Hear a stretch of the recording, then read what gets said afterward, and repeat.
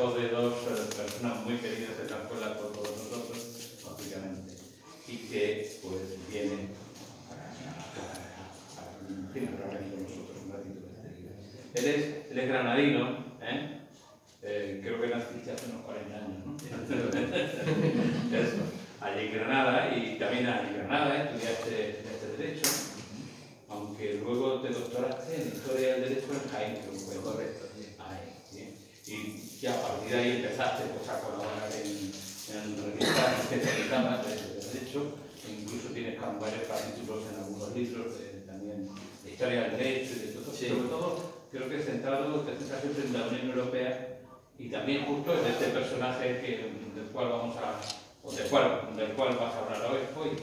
Voy a decir el primero el nombre entero y después ya no olvidamos el nombre de Richard, se llama Richard Nicolaus Engiro Coudenhove, von Coudenhove Galergi. Pero vamos a quedarnos con Galergi. Yo creo que si no, se nos va a hacer muy largo, ¿no? Este personaje te has centrado tú mucho en él. De hecho, la tesis que hiciste fue sobre él. Y sobre esa tesis, de hecho, has hecho también este libro, que recordáis. Tú eres abogado del ejercicio, creo, no necesariamente, y además eres, lo pongo aquí, asesor en Derecho del Consejo de Comunicación. Y además profesor universitario en la Escuela de Marketing y Comunicación de Granada. Pues muy bien. Entonces, tengo que decir que este libro, que es el cuya película central está aquí, yo considero que está francamente bien escrito y es de lectura fácil, aunque el tema que trate pueda parecer un poco complejo a los no iniciados, digamos así, en Derecho o en una historia del Derecho. Pero bueno, yo la verdad que lo he leído y no me ha resultado difícil ni mucho menos leerlo, lo cual te lo agradezco. Galergi fue un personaje que tuvo su importancia sobre todo en el periodo de entreguerras, aunque él nació en 1894 y además nació en Tokio. Y nació allí porque su padre, que era diplomático del Imperio Austrohúngaro, pues estaba destinado en Tokio y encima se enamoró de una japonesa, se casó con ella y él nació allí, pero la nacionalidad creo que es checa. Él siempre ha vivido entre Austria, en Viena sobre todo, ¿no? Y es un hombre con una gran inquietud, no solamente como político que era y diplomático, sino además una gran inquietud filosófica. Entonces a él se le ocurrió la idea de que ya era hora de que Europa se uniera y que no se uniera como se había hecho hasta ahora, que siempre bien, los intentos periodistas han sido siempre por la fuerza. El Imperio Romano intentó unir Europa con todo el Mediterráneo por la fuerza. El Sacro Imperio Romano Germánico también por la fuerza. El emperador Carlos V también por la fuerza. Y luego siguieron más, pero nunca se consiguió. Y él dijo, bueno, vamos a intentar no hacerlo por la fuerza, sino por la fuerza. Y para ello publicó un manifiesto en Viena en el año 1923 que se llama Paneuropa. Y en ese manifiesto él daba la idea de crear una unión entre los diferentes estados europeos, una unión de tipo federal, entre los diferentes estados europeos, que tuviera, pero más siguiendo un concepto humanístico que hiciera hincapié en los aspectos culturales y éticos más que en los económicos. Justo un poco distinto a como suele estar o como está ocurriendo ahora con la Unión Europea. Lo intentó, de hecho tuvo una acogida entusiasta en su momento. El primer congreso asistieron miles de gente de toda Europa, entre ellos españoles, Salvador Madariaga, Unamuno, Ortega y Gasset, creo que también. Es decir, tuvo mucha importancia en toda Europa. Ese primer congreso fue en 1926. En 1932, que fue cuando tú terminas esto, digo, el periodo que tú estudias, tuvo ya un poco ciertas dificultades. ¿Por qué? Pues porque los estados totalitarios en Italia y sobre todo en Alemania estaban triunfando. Y aquello, lógicamente, el totalitarismo con la idea de Europa que tenía Galergi no tenía nada que ver. Y fue por eso que pues las cosas empezaron a cambiar. Curiosamente, Kalergi, que es un adelantado de la idea de Europa unida, no está considerado como un padre de Europa.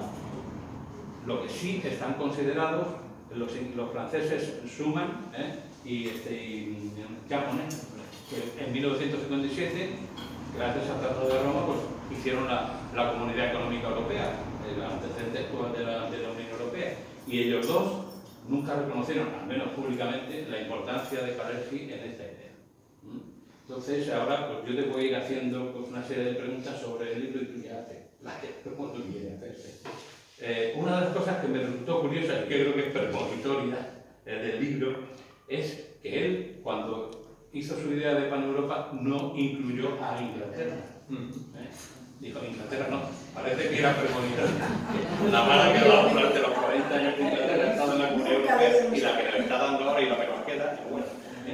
¿Por qué crees o por qué decía Kalergi que no quería a Inglaterra dentro de Bueno, antes de contestarte, quiero agradecerte porque bueno, has hecho una introducción magnífica del texto, lo que me hace pensar que he hecho algo bien, porque has perfilado muy bien al personaje, lo has definido muy bien, lo que hace y cómo es, y no es fácil y no es sencillo porque, como tú decías, es un personaje bastante desconocido.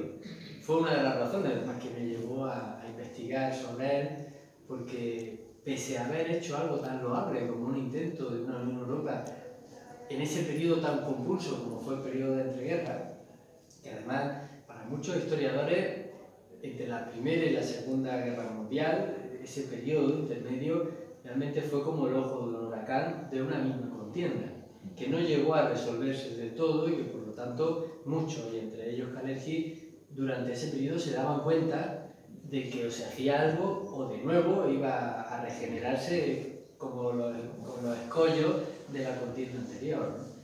Entonces, claro, lo que había hecho era realmente algo heroico en ese periodo y había caído totalmente en el olvido y por lo tanto pienso que había que recuperarlo y por eso fue una de las razones que me llevó a hacerlo.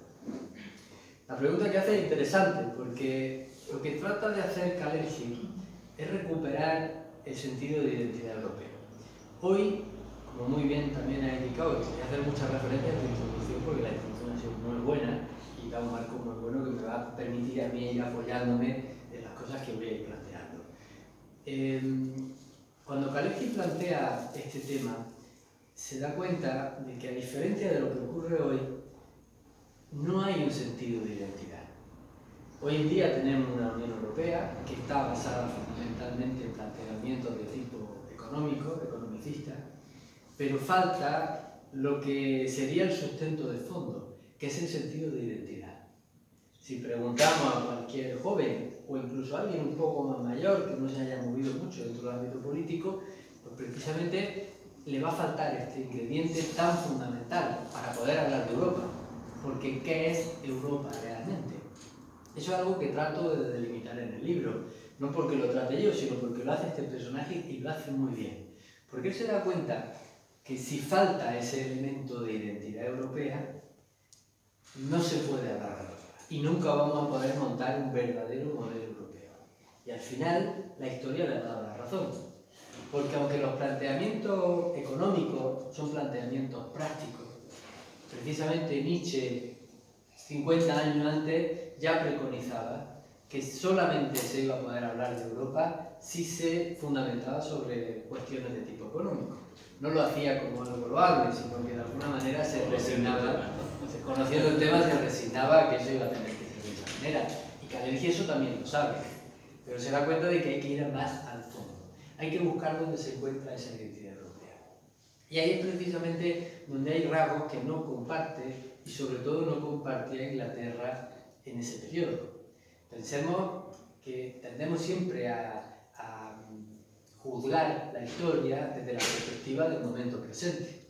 Pero, por ejemplo, en el caso del rey de Inglaterra, del Imperio Británico entonces, la estructura, la forma y la extensión que tenía en 1923 no tiene ni tenía nada que ver con la que tiene ahora mismo. Claro, aún hoy sigue siendo bastante dudoso hasta qué punto Inglaterra comparte ese sentido de identidad europea. Y ya adelanto que también resulta dudoso hasta qué punto lo compartimos todos, porque no se ha trabajado y realmente no hemos profundizado para ver realmente qué es ese sentido de Europa. Pero ahora, si quieres, eso también lo podemos ver.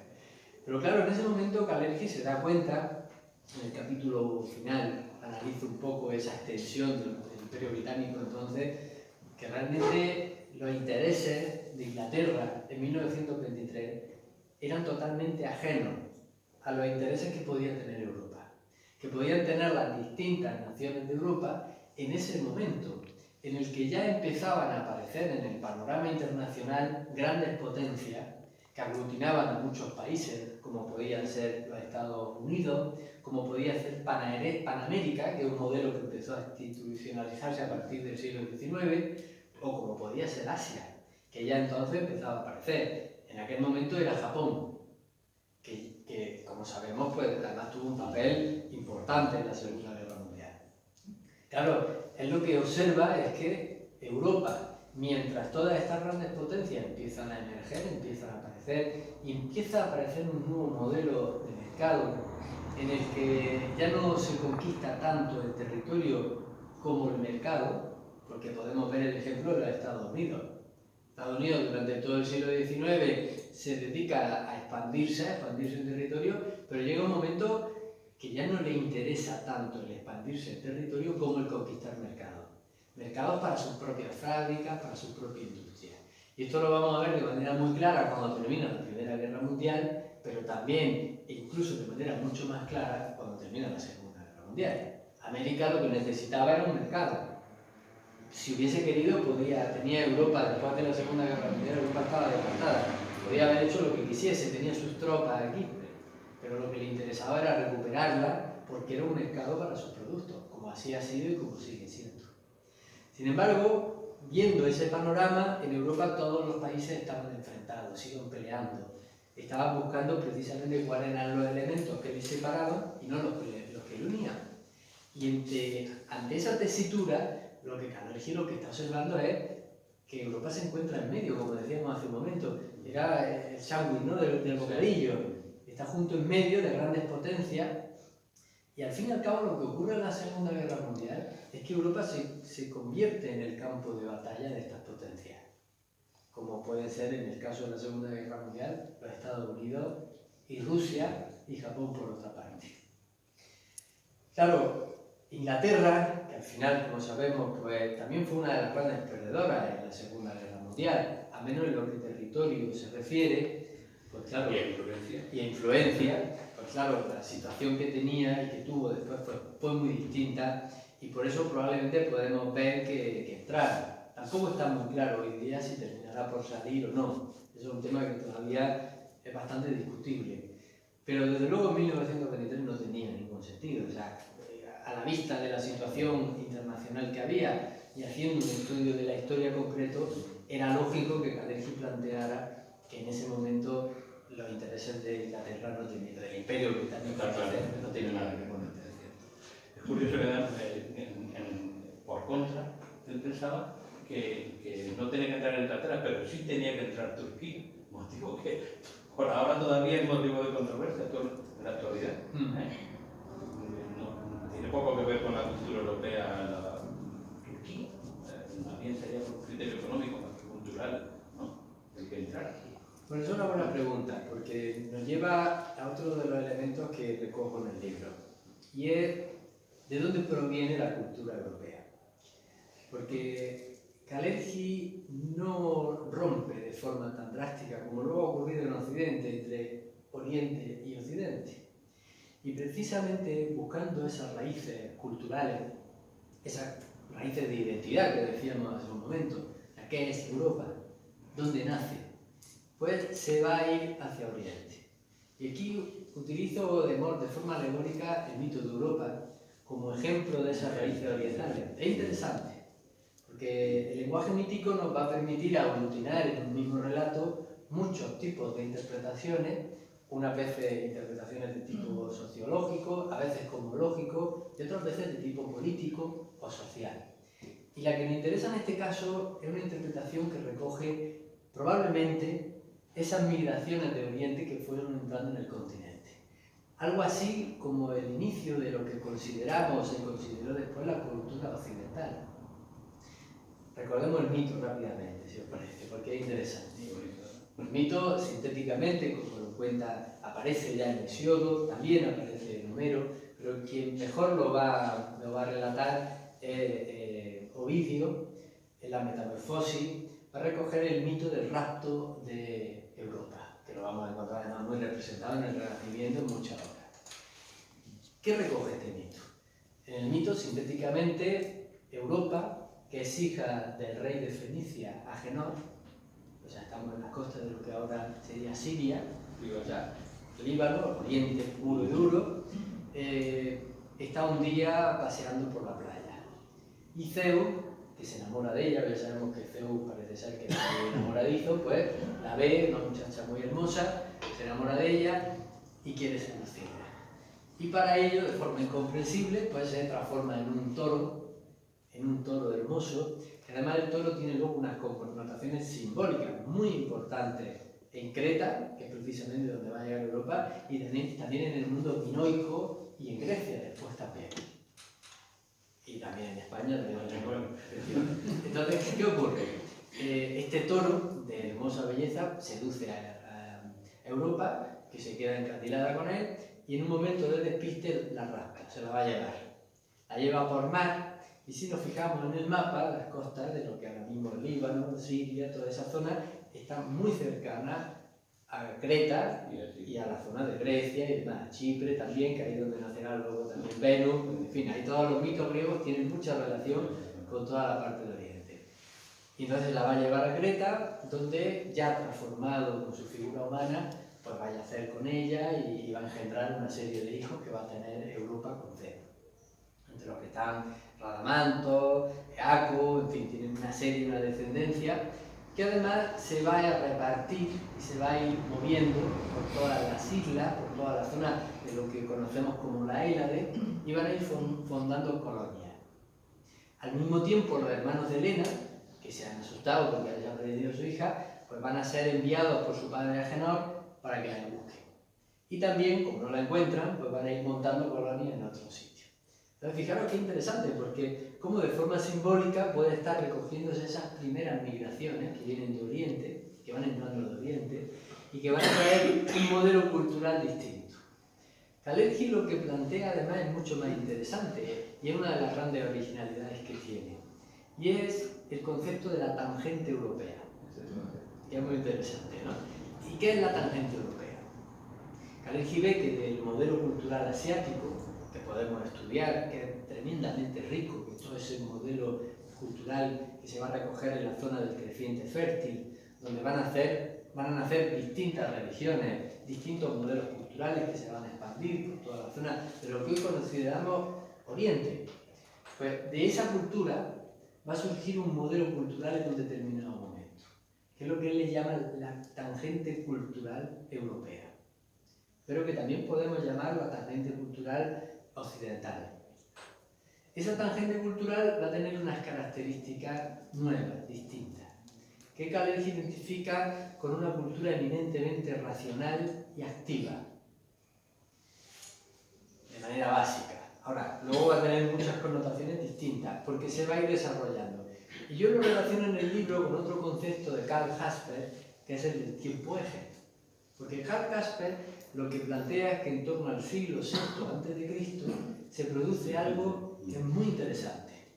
O sea, en ese momento, de todo el mundo, en distintas partes del mundo, pero muy aisladas además entre sí, van a aparecer personajes, fundadores de religiones, fundadores de modelos culturales, grandes artistas y demás, que en un determinado momento van a generar nuevos modelos culturales. Y por ejemplo, pues tenemos a Confucio en China, tenemos a Pitágoras en Grecia, tenemos a Buda en la India, tenemos a los primeros, a Isaías, a los grandes profetas, los primeros profetas, tenemos a Zaratustra también, en fin, y la lista es muy larga, ¿eh? O sea, es como que en ese momento surge, o de alguna manera encarna, un nuevo modelo de pensamiento. Porque fijaros además que todos estos personajes luego tienen una enorme importancia en el modelo cultural occidental. O sea, aún hoy los podemos citar y los podemos comprender, que es lo más importante. Son formas de filosofía que nosotros cuando hacemos nuestros cursos, ¿está bien? ¿Está grabando la regla? O sea, cuando nosotros hacemos nuestro curso de Oriente y Occidente, precisamente lo que nos damos cuenta de la relación que hay entre todos estos modelos de pensamiento y lo que hay aquí. Entonces, esa corriente cultural nueva sería lo que habría ido de alguna manera generando un modelo cultural que podríamos llamar europeo. Y ahí es donde habría nacido, ¿no? Sí, de hecho dices que hay que incorporar también lo oriental. Efectivamente, ya. En realidad, cuando plantea lo de Turquía, Kalenji está pensando en lo que tú acabas de... Lo que está planteando es sobre todo que Turquía está a caballo entre Europa y Asia, en la puerta de Europa. Además, rápidamente otra cosa importante, definir Europa es relativamente sencillo en cuanto al continente, prácticamente por todas sus fronteras, salvo la frontera oriental. La frontera que tenemos con Rusia, donde fijaros que la frontera natural probablemente serían los Urales, lo que nos haría meternos en Rusia. Y donde la otra frontera natural son los estrechos del Bósforo y el Dardanelo, que son dos estrechos que conforman y forman parte de lo que es Turquía. Y por eso se encuentra a caballo.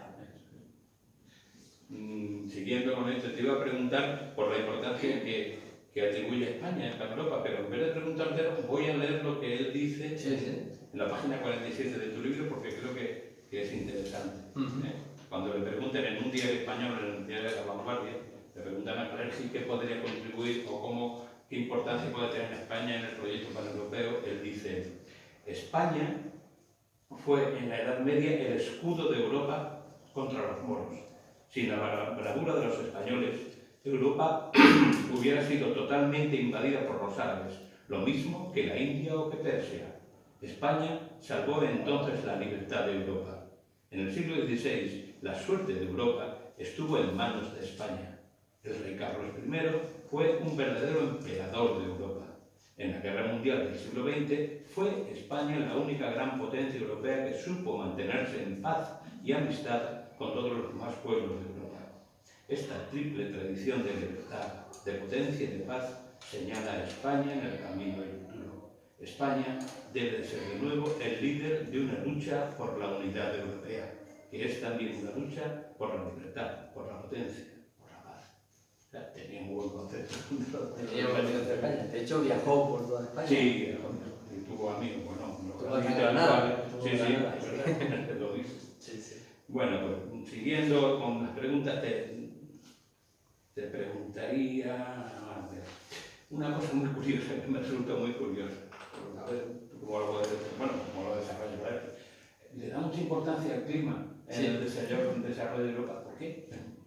Bueno, él de alguna manera también en esa búsqueda de la identidad europea va a buscar cuáles son los elementos también que van a caracterizar a ese nuevo modelo activo y racionalista. Y observa la influencia del clima. Es una tesis un tanto controvertida para nosotros hoy, porque estamos muy acostumbrados a vivir en un mundo en el que la influencia del clima no es tan latente, o tan patente mejor, como probablemente lo sería en 1923.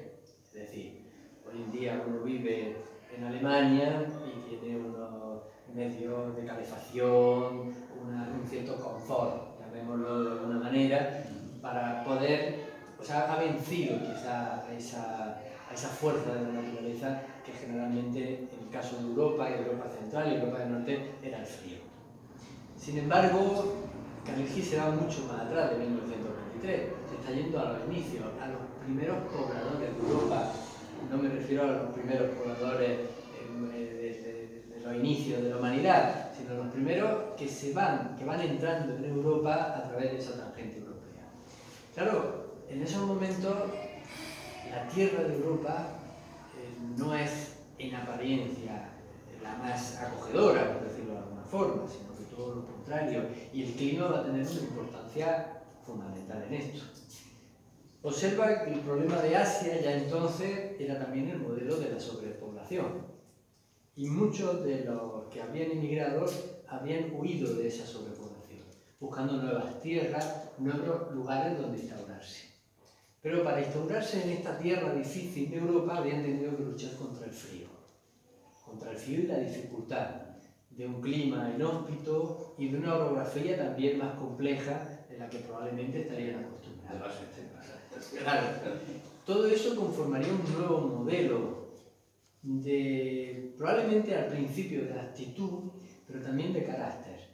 De hecho, estamos también acostumbrados a ver hoy en día, incluso con las comodidades que tenemos, como cuando alguien es de un clima un poco más cálido, tiene un carácter, una forma de ser distinta que aquellos que son de un clima, porque evidentemente el clima nos afecta, la influencia del clima es una claridad, es algo evidente.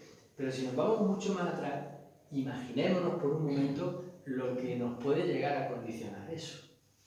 Si no tuviésemos calefacción, si no tuviésemos electricidad, las horas de luz que tiene el norte son mucho menores. Es decir, el europeo, ese europeo inicial, habría tenido que luchar contra un opresor que ya no es humano, sino que es la propia naturaleza. Y eso habría hecho de él, según Kalergi, un poco lo que plantea, activista racionalista. Por eso habla de esta doble fe. Había tenido que luchar de manera activa, pero también a través de la mente, con los inventos, con los descubrimientos, que poco a poco le habrían ido permitiendo poblar esas tierras tan inhóspitas y realmente configurar un modelo de sociedad. Y bueno, hace un análisis interesante con los distintos pueblos del mundo y la influencia del clima que tienen cada uno de ellos.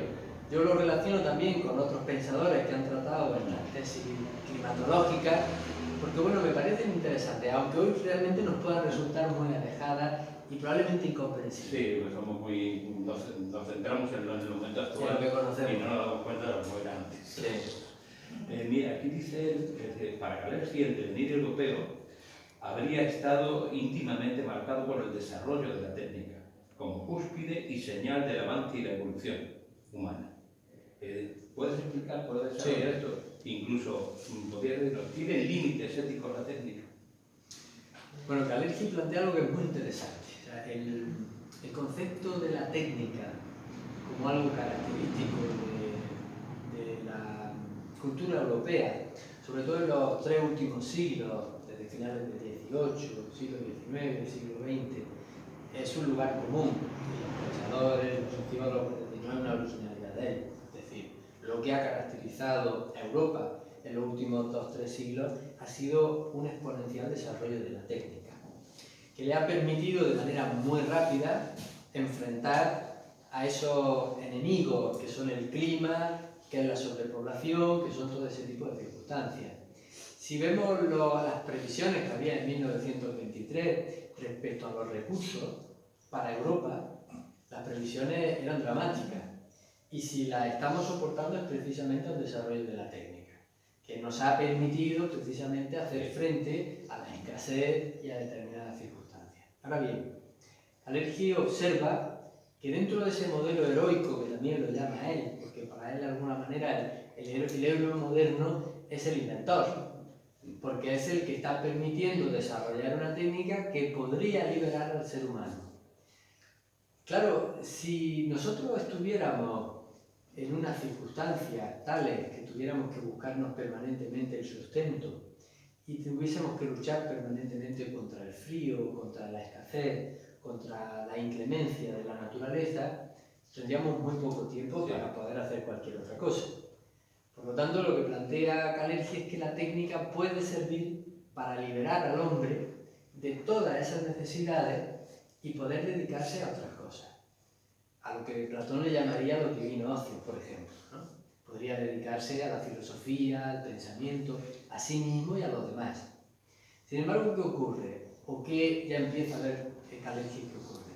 Al no haber ido aparejado ese desarrollo de la técnica de un correspondiente desarrollo de la ética, esa técnica se ha quedado huérfana de valores y ha convertido al ser humano ahora de nuevo en esclavo, no ya de la naturaleza, sino incluso de sí mismo, porque le ha generado una serie de necesidades Y de hecho, cuando analizamos hoy lo que ocurre en el mercado, con el marketing, con la publicidad, muchas veces, lo que vemos es que se nos genera, o se trata de generar permanentemente, y tratamos de generarle también a los demás cuando nosotros vendemos algún producto, necesidades sobre cosas que no necesitan muchas veces, ¿no? Como decía Sócrates cuando llega al mercado y exclama aquello de ¿cuánto hay que no necesito? Que la economía de mercado se basa en eso, ¿no? En todo lo contrario, en generarnos permanentemente necesidades, lo que nos genera además una cierta conmoción interior, una cierta estado de desequilibrio también. Claro, para Kalergi entonces el desarrollo de la técnica, si va aparejado del desarrollo de la ética, lo que habría podido hacer era, y lo que podría hacer, porque siempre estamos a tiempo de eso, y por eso precisamente aquí trabajamos con la filosofía, porque la filosofía es lo que nos va a permitir liberarnos de ese yugo que nosotros mismos nos generamos de manera inconsciente, por no estar atentos, por no saber qué es lo que está ocurriendo a nuestro alrededor. Entonces, ese desarrollo de la ética podría servir para que nosotros, con la herramienta de la técnica, pudiéramos tener mucho más tiempo para dedicarnos a hacer realmente cosas que sirvieran para nuestro desarrollo personal y para nuestro desarrollo en comunidad, para nuestro desarrollo todos juntos. A ver si es posible. Bueno, hay que ponerse a ello. Se intentará. Bueno, efectivamente, él consideraba que el inventor, es decir, el científico o el técnico, era el héroe del mundo moderno, tal como tú lo has explicado. Pero además de eso, Kalergi era un filósofo, y tuvo bastantes influencias filosóficas. Aunque es una pregunta que puede ser larga, te la hago. ¿Qué influencia filosófica tuvo Kalergi? Bueno, una pregunta. Yo en el libro he tratado de hacer un esfuerzo sincrético, Sí. por no circunscribirme solamente a una, por no desarrollarlas todas, porque evidentemente ya comparo el pensamiento de Kalergi con el estoicismo, con Platón, con Aristóteles, con Kant, con Nietzsche, con muchos pensadores.